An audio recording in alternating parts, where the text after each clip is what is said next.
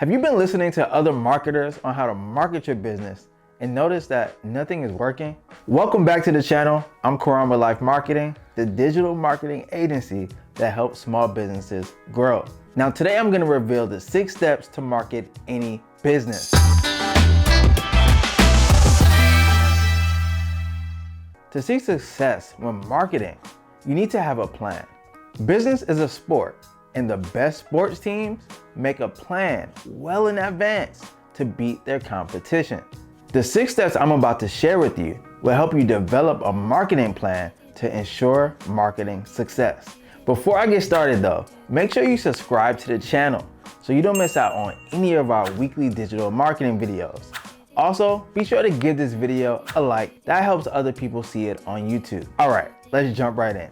The first step is to define your company's goals. You see, goals help you to know what success is. Do you need more leads? Do you want more revenue? Are you looking to grow your following on social media? Or do you want to increase your website traffic? Those are questions you're going to have to answer for yourself, but you will not understand what steps you need to take to get your business where you want it to be without clearly defined goals. And not to mention the wasted time and money on processes that don't even accomplish your goal. Remember, when you set a goal, you can build the process to reach the goal. And now that you know why goals are important, let's talk about how to set the proper goals. The best type of goals are what's called SMART goals. And why, yes, I do mean SMART as in intelligent goals. What I really want to get across is the acronym SMART, which stands for specific, measurable, obtainable, realistic, and timely. Let's talk about the S in SMART goals, specific. You must make sure your goals are specific. The more specific they are, the more effective your planning will be. Now, the M in SMART stands for measurable. Measurable, meaning that you can point to evidence that shows you are making progress towards your goals so that you can measure your success and make subtle tweaks here and there when necessary.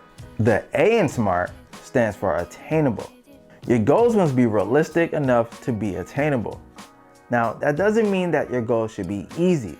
The best goals stretch you to become better, but they're also achievable. Now, the R in SMART stands for realistic. Realistic means that your goals should be within reason. Set reasonable, realistic mini goals in between to get you to your overarching goal. Lastly, the T in SMART stands for timely. Your goals need to be timely. To help with task prioritization and motivation, you must set clear, realistic, and ambitious deadlines to meet your goals.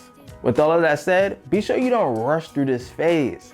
Take the time you need to define your goals well. Doing so will set you up for success with the rest of the tips I share in this video. All right, the second step, understand your customers. To truly understand your customers, you have to dig a little deeper. Think about why someone would choose to do business with you over one of your competitors. What are your customers' goals and pain points related to your product? This level of understanding will boost your marketing efforts because you can leverage what your potential customers are looking for in a business, in addition to a product or service. All right, so at this point you might be wondering, how do I get this level of understanding you talk about, Karan?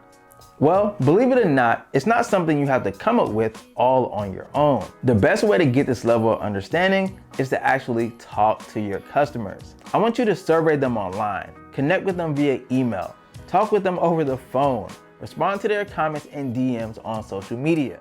Regardless of the method, you need to connect with your customers so you can get their opinions. Opinions on what, you might ask? On everything. Your website, your products, your ads, your customer service, and so on. Here's another way to better understand your customers. Determine their goals and their pain points. I explain this more in detail in the What to Post on Instagram video. So I'll include a snippet from that video right here. So Karan, how do I create topics that people actually like? Easy. You do that by using the G and P method. The G stands for goals and the P stands for pain points. A goal is something that your audience wants to accomplish. A pain point is the troubling issues and challenges that motivate your audience to seek a solution. A bonus tip is to include emotional states in your list of goals and pain points. All right, step number 3, assess your marketing strengths. So let me start by asking you this simple question. What are you good at? You may be great at social media marketing, but not SEO. You may be great at writing copy, but not graphic design. You may understand Instagram, but not Twitter. And just because there are many different marketing channels available today, that does not mean that you should take all of them on at once. Lock in on what you know. And of course, at some point, you'll want to take an omni-channel approach, meaning you'll include all marketing channels in your strategy. But in the beginning, you need to leverage your strengths. If you take what you're already great at and master it, you'll see much more success spending time on what you're good at and outsourcing the rest.